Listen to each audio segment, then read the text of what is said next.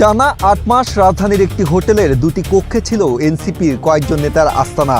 অভিযোগ, রাতভর আড্ডা, নারীদের নিয়মিত যাতায়াত, বিকাশে টাকা লেনদেন, চুক্তি বাণিজ্য, এমনকি মাদক সেবনের মতো কর্মকাণ্ড চলত সেখানেই। শেষ পর্যন্ত প্রায় ১২ লাখ টাকা বকেয়া রেখে হোটেল ছেড়ে চলে যান তারা।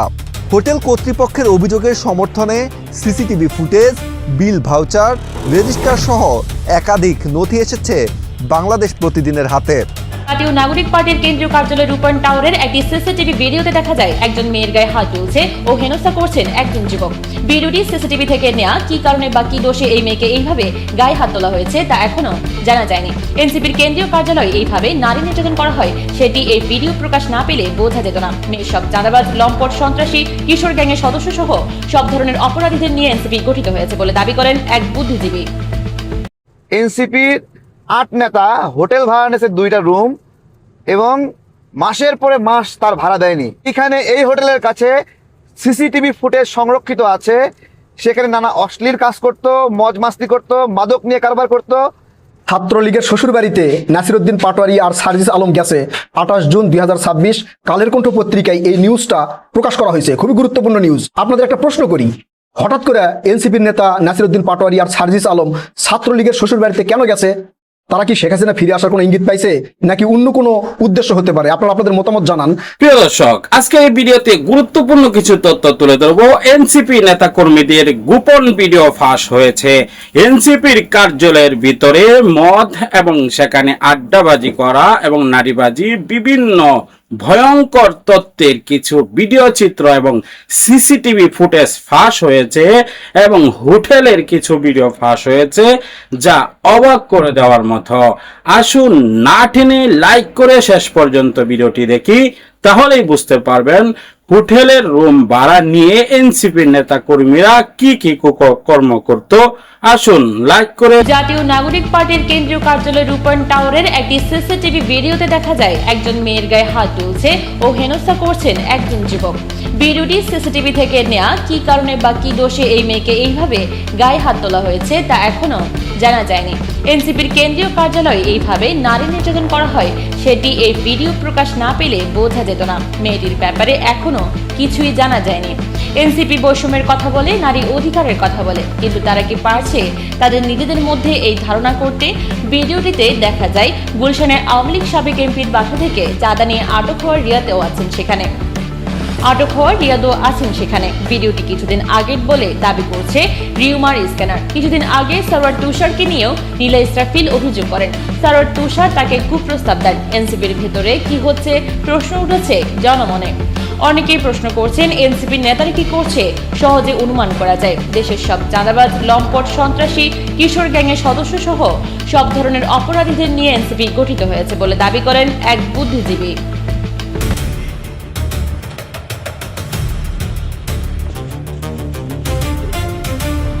এগুলো সম্পূর্ণ তাদের, এই যে এগুলো রাখার পরে টানা ৮ মাস রাজধানীর একটি হোটেলের দুটি কক্ষে ছিল এনসিপির কয়েকজন নেতার আস্তানা।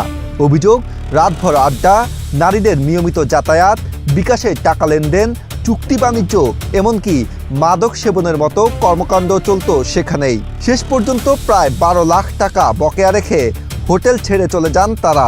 হোটেল কর্তৃপক্ষের অভিযোগের সমর্থনে CCTV footage, bill voucher, register সহ একাধিক নথি এসেছে বাংলাদেশ প্রতিদিনের হাতে। জাতীয় নাগরিক পার্টি যে ডায়েরি, এগুলো সম্পূর্ণ তাদেরই। এগুলো কার্ড রিডার, এই যে বিভিন্ন ফাউন্ডেশনের তার দৈনিক, এই যে এইগুলো কার্ড, ভিজিটিং কার্ড, বিভিন্ন রাজধানীর হোটেল ইয়ামেনি ইন্টারন্যাশনাল লিমিটেডের দাবি, এনসিপির ৫ নেতা ইঞ্জিনিয়ার SM শাহরিয়ার, সাদেক মির্জা, মিরাসাত হোসেন হিমেল, শাখাওয়াত হোসেন ও তাওসিফ ৭২৫ ও ৭২৭ নম্বর কক্ষ ভাড়া নিয়ে প্রায় ৮ মাস অবস্থান করেন। এখন চলে গেছে, টাকা বাকি রেখে ভাড়া দেয়নি। এখন জানলাম যে টাকা দেয়নি, কিন্তু এর আগে তো আমি সুপারভাইজার, আমার তো ভাড়া দিয়েছে বা না দিয়েছে ওইটা জানার দরকার নাই। তারা রুমে আসে, যে ভাড়া দেয় না, দিতে পারে না, তাকে আমরা চেক আউট দেওয়াই, তাকে বাইফোর্স করি, বসাইয়ে মোবাইল নাম্বার নেই, তার আত্মীয় স্বজনের নাম্বার নেই। আর এদের ক্ষেত্রে তো এইটা না। হোটেল কর্তৃপক্ষের তথ্য অনুযায়ী 2025 সালের 25 জুলাই থেকে 2026 সালের 12 ফেব্রুয়ারি পর্যন্ত ওই দুই কক্ষ ব্যবহার করা হয়। এ সময়ের কক্ষ ভাড়া বাবদ বকেয়া দাঁড়ায় 11,93,200 টাকা। অভিযোগ, নির্বাচন শেষ হওয়ার পরদিন কিছু কাপড় চোপড় ও বইপত্র কক্ষে রেখেই হোটেল ত্যাগ করেন তারা। এরপর আর পরিশোধ করা হয়নি বকেয়া ভাড়া। ময়লা, ওই আধোয়া ময়লা অপরিষ্কার ওগুলোই রেখে গেছে রুমের ভিতরে, ওগুলো আমরা তাদের মাল ফেরত দিতে হবে। ও পরবর্তীতে একদিন ফোন দিয়েছিল, যোগাযোগ করছিল যে আমাদের মালগুলো কোথায়, আমরা আসবো, আমাদের রুমটা রেডি করেন। আমরা বললাম যে হয়তো বা যে কোনো লোক দিয়ে তারা খবর নিচ্ছে যে রুমটা তাদের ব্যবহারের উপযোগী আছে কি না বা কী করছি, আমরা কী অবস্থায় রেখেছি। আমরা ওটা তালা চেঞ্জ করে আবার নতুন তালা দিয়ে রুমটা যখন আমরা ভাড়া দেওয়ার উপযোগী করেছি, হয়তো বা এই রুমের কাছে তারা আসছে। আসার পরে পুনরায় ফোন দিয়েছে, বলছে আমাদের রুম, আমরা লোক আসতেছে, আমাদের রুম কিন্তু রেডি, কাপড় চোপড় জিনিসপত্র যা কিছু আছে ওগুলো যেন কোনো রকম না হয়, মিসিং না হয়, আমরা কিন্তু আসতেছি, আমাদেরকে আবার রুম দেবেন। শুধু বকেয়া ভাড়াই নয়, হোটেল কর্তৃপক্ষের অভিযোগ আরও গুরুতর। তাদের দাবি, ওই কক্ষগুলোতে প্রায় গভীর রাত পর্যন্ত আড্ডা চলত, নারীদের নিয়মিত যাতায়াত ছিল। সিসিটিভি ফুটেজেও একজন নারীকে দীর্ঘ সময় একটি কক্ষে অবস্থান করতে দেখা গেছে বলে দাবি তাদের। এটা কখনো মুখ খুলে ওটা দেখিনি, ওটা মনে করেন আমরা না দেখার মতো করতাম। অনেক সময় চেষ্টা করতাম যে সামনে পড়লে আমরা ফ্লোর ছেড়ে অন্য ফ্লোরে চলে যেতাম, যেটা বাধা দিতে পারবো না, প্রতিবাদ করতে পারবো না, শাসন করতে পারবো না। সেক্ষেত্রে দেখাটাই হলো একটা বড় ধরনের একটা ঝামেলা। এই জন্য আমরা অনেক সময় পাশ কেটে চলে যেতাম। পাশাপাশি বিভিন্ন ব্যক্তিদের কাছ থেকে বিকাশে টাকা আনা, চুক্তিভিত্তিক লেনদেন এবং মাদক সেবনের মতো ঘটনাও ঘটেছে বলে অভিযোগ করা হয়। এটা বিকাশে যে টাকা আনছে বিভিন্ন জায়গা থেকে 5,000, এটা হলো 50,000 মতো, 5,000 করে টাকা নাই নাম্বারে। দীর্ঘ 8 মাস ওই দুই কক্ষে কি ঘটতো সে বিষয়ে প্রকাশ্যে কথা বলতে এখনো ভয় পান হোটেলের কয়েকজন কর্মচারী। পরিচয় গোপন রাখা শর্তে তারা নানা ঘটনার বর্ণনা দিয়েছেন। যেহেতু আমাদের মালিক কর্তৃপক্ষই তাদের সাথে সেট আপ হয়েছে, কথা বলছে, করছে, তাদেরকে কি দেয়, চেকে দেয় না নগদে দেয়, তাদের ব্যাপার। আমরা সর্বশেষে জানলাম যখন চলে গেছে, তখন শুনলাম যে অনেক টাকা বাকি, সে 8 মাস যে থেকে গেছে, এর মধ্যে সে কোনো পেমেন্টই করেন। জুলাই আন্দোলনের পর কিছু অগ্রিম টাকা দিয়ে হোটেলের দুটি কক্ষে উঠেছিলেন এনসিপির এই নেতারা। এরপর বারবার তাগিদ দিলেও 8 মাসে আর কোনো টাকা দেননি তারা। জুলাই আন্দোলনের পরে তো তারা আসার পরে তো আমরা খুব সাদরেই গ্রহণ করলাম এবং 10,000 টাকা অগ্রিম দিয়ে তারা বললো যে এটা তারা থাকবে। আমাদের ধারণা ছিল সপ্তাহখানিক 15 দিন হতে পারে, কিন্তু দেখেন এরপরে তারা আমাদের সাথে যোগাযোগ করে নাই, টাকা পয়সা দিচ্ছে না। আমাদের ম্যানেজমেন্ট সবসময় তাদেরকে বলা হইতো, স্যার আমাদের এত টাকা হয়ে গেছে, অত টাকা হয়ে গেছে, বলে তোমরা কোনো চিন্তা করো না, তোমাদের এখানে আমাদের সংস্কার করা হবে, যে আওয়ামী লীগ অফিসে এটা টাকাটা আসতেছে, ফান্ড আসলেই তোমাদের দিয়ে দিব। তো যখন ধরেন 2 মাস 3 মাস হয়ে গেল, তো বাধ্য হয়ে আমি বললাম যে আমি তাদের সাথে যোগাযোগ করব। ওখানে তাদেরকে জানানো হয়েছে যে আমাদের এমডি সাহেব আপনাদের সাথে যোগাযোগ করবে, বলে ঠিক আছে আসবো। তো এরকম আমি 3 বার গিয়েছি, তারা একটা দিনও আসে নাই, আমার সাথে দেখা করে নাই। এসব অভিযোগের বিষয়ে কথা বলার জন্য 5 জনকেই ফোন করা হয়। তাদের মধ্যে ইঞ্জিনিয়ার SM শাহরিয়ার, সাদেক মির্জা, মিরাসাত হোসেন হিমেল ও সাখাওয়াত হোসেন কল ধরেননি। আর এই ঘটনার সাথে সম্পৃক্ত নন দাবি করে আইনগত ব্যবস্থা নেওয়ার কথা জানিয়েছেন তাওসিফ। আমার ব্যক্তিগত মতামত আছে, কারণ কালবেলা যখন নিউজ করেছে তখন কালবেলা আমার সাথে যোগাযোগ করে। আচ্ছা, 2 নম্বর হচ্ছে যেই হোটেল নিয়ে নিউজ করা হয়েছে সেই হোটেলে আমি কখনো রাত্রি যাপন করি নাই।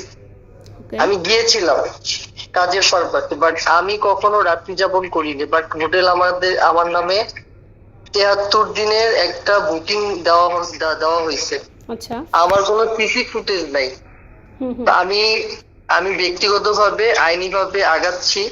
আমি লয়ারের সাথে কথা বলছি, তারা তাদের সাথে আলোচনা করবে যে এই লোক কখনো ফিরিয়ামি নিতে যায় নাই, রাত্রি যাপন করে নাই এবং তার কোনো সিসি ফুটেজ নেই। তারপর আপনারা কোন যুক্তিতে তার নামটা দিয়েছেন ছবি সহ?